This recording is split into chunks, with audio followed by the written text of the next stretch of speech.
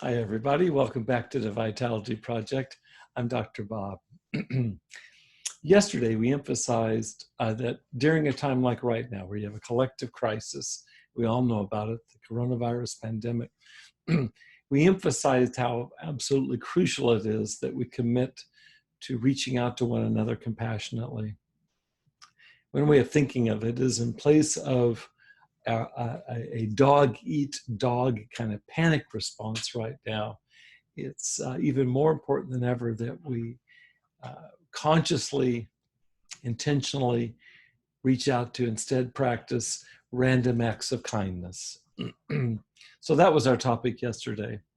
I just finished facilitating 2 online groups earlier today.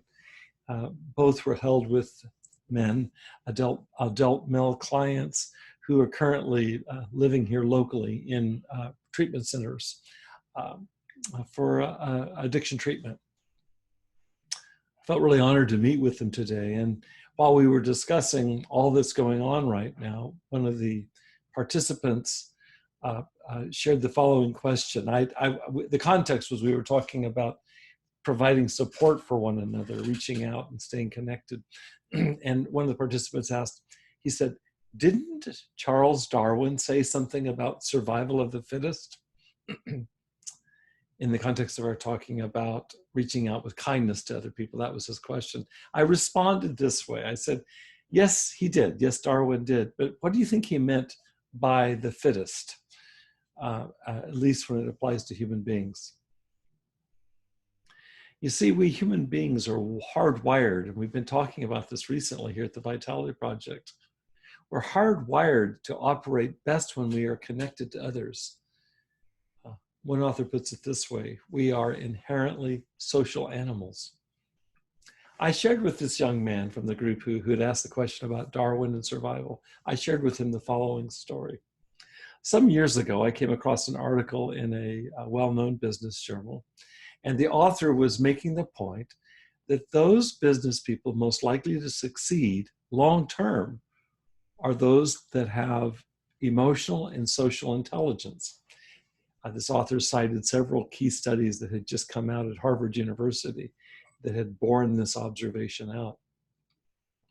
The author went on to say that while some people operate in a paranoid way, if you think about paranoia as operating as if everyone is your enemy, some people operate that way, including in the business realm.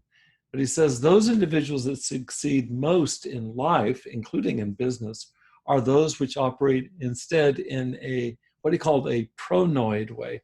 I'd never come across that word before. I looked it up just today, and it's now available online. I don't know if it's in the dictionary, but I guess it should be. The word pronoia, which he substituted, and as I said, was my first exposure to it, basically means moving towards people rather than away from them or against them, as you might see with paranoia. So in this way of understanding survival, then, it seems like survival, this is back to Darwin, it appears to favor the individual who remembers to stay connected with others. The individual who remains compassionate and caring, even amidst stress. In the words of the article, the one who chooses pronoia rather than paranoia. So let me leave you with a question. How about you? Which do you choose for?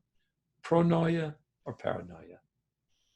Come back tomorrow for more as we continue to move through this virus epidemic together with resources, tips, and observations, hopefully that will serve all of us, including those who are in recovery from addictions of all kinds, addictions to substances, addictions to other behaviors. We're particularly at risk right now because of the stress. And we're wanting to be a resource here at the Vitality Project. Thanks for joining me. Be well, stay safe.